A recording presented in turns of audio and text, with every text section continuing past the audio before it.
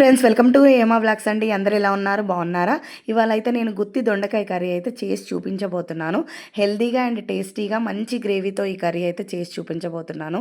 చాలా చాలా టేస్టీగా ఉంటుంది. టేస్ట్ అయితే నెక్స్ట్ లెవెల్ అండి. ఇంకా ఒక్క ముద్ద తినాల్సిన వాళ్ళు 4 ముద్దలు ఎక్కువగానే తింటారు. అంత బాగుంటుంది. మరి ఈ వీడియో ఎక్కడ కూడా స్కిప్ చేయకుండా ఎండింగ్ వరకు చూసేసేయండి ఫ్రెండ్స్. సో ముందుగా ప్రాసెస్లోకి అయితే వెళ్ళిపోదాము. దొండకాయల్ని నీట్గా వాష్ చేసుకొని ఇలా 4 ముక్కలుగా అయితే కట్ చేసి పెట్టుకోవాలి పక్కన. ఆ తర్వాత ప్రాసెస్ చూద్దాము.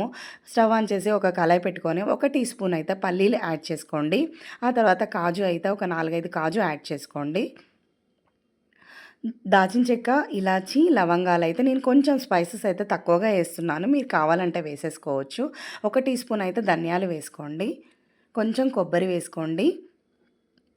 1 టీ స్పూన్ నువ్వులు అయితే యాడ్ చేసుకోవాలి. వాటర్ మిలన్ సీడ్స్ అయితే 1 టీ స్పూన్ వేసుకోండి.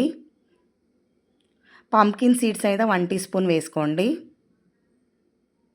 సో ఇవన్నీ కూడా దోరగా వేయించుకోవాలండి. గోల్డెన్ కలర్ వచ్చేంత వరకు వేయించుకోవాలి. ఇవి లో ఫ్లేమ్లో పెట్టేసి వేయించుకోవాలండి. కొంచెం గసగసాలు 1 టీ స్పూన్ గసగసాలు వేసుకోండి. వేసుకొని ఇవన్నీ కూడా లో ఫ్లేమ్లో పెట్టేసి మంచిగా గోల్డెన్ కలర్ వచ్చేంత వరకు కొంచెం దోరగా వేయించుకుంటే సరిపోతుంది. చూడండి, కొంచెం గోల్డెన్ కలర్ అయ్యాక తీసేసుకుందాము మిక్సీ జార్లోకి. ఆ తర్వాత ప్రాసెస్ చూద్దాం. కొంచెం కళాయి పెట్టేసుకొని ఆయిల్ వేసేసుకోవాలండి దొండకాయలు వేయించుకోవడానికి. చూడండి, దొండకాయలన్నీ కూడా ఇలా కొంచెం గోల్డెన్ కలర్ వచ్చేంత వరకు అయితే వేయించుకోవాలి. మరీ డీప్ ఫ్రై చేయాల్సిన అవసరం లేదండి. ఇలా చేసేసుకోవాలి. ఇలా గోల్డెన్ కలర్ వచ్చేంత వరకు ఉంచేసుకొని తీసుకోవాలి. చూడండి, ఇప్పుడైతే తీసేసుకుందాము. వేగిపోయాయి దొండకాయలు అయితే.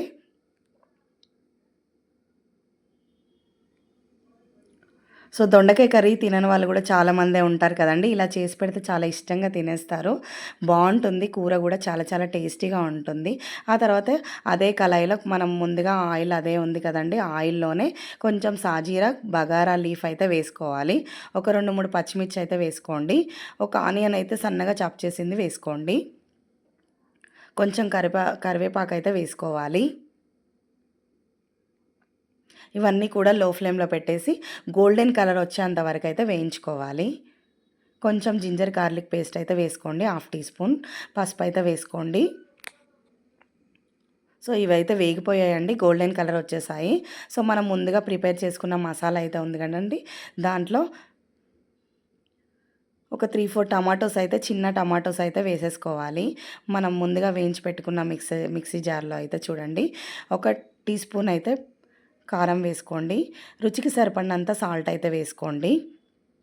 వేసుకొని ఫైన్ పేస్ట్లా చేసేసుకొని పక్కనైతే పెట్టేసుకొని కొన్ని వాటర్ యాడ్ చేసుకొని ఫైన్ పేస్ట్లా చేసేసుకొని ఇప్పుడు ఈ మసాలా అయితే ఇందులో వేసేయాలండి. ఈ మిశ్రమంలో అయితే చూడండి, ఈ విధంగా వేసేసుకొని మంచిగా అంతా కలిసేటట్టు అయితే కలుపుకోవాలి.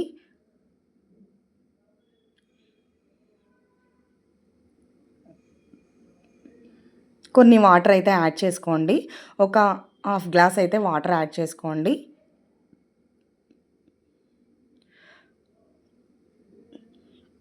మొత్తం అంతా కలిసేటట్టు అయితే మొత్తం అంతా కలుపుకోవాలి. కలుపుకున్న తర్వాత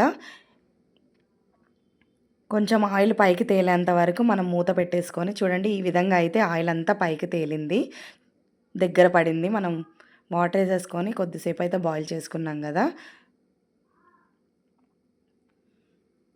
సో మనం ముందుగా వేయించి పెట్టుకున్న దొండకాయలను అయితే ఇప్పుడు వేసేసుకుందామండి.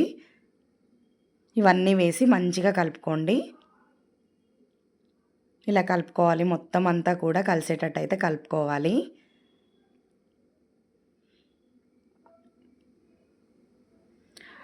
ఒక 10 మినిట్స్ అయితే ఇలా మూత పెట్టేసేయండి. సో మసాలా అంతా కూడా దొండకాయలకు పట్టేస్తుంది. కొంచెం ఆయిల్ పైకి తేలేంత వరకు ఉంచేసి ఇప్పుడు చూడండి, ఈ విధంగా అయితే మొత్తం అంతా ఆయిల్ అయితే పైకి తేలింది. ఇప్పుడైతే కర్రీ అయితే రెడీ అయిపోయిందండి. దగ్గర పడిపోయింది మొత్తం కూడా.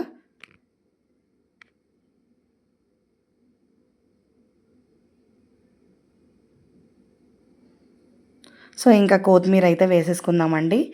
సర్వింగ్ బౌల్లో తీసుకొని సర్వ్ చేసుకోవడమే. చాలా చాలా టేస్టీ అయిన గుత్తి దొండకాయ కర్రీ అయితే రెడీ అయిపోయిందండి. నా వీడియో మీకు నచ్చినట్టయితే లైక్ చేయండి, సబ్స్క్రైబ్ చేసుకోండి. Thanks for watching. By bye friends.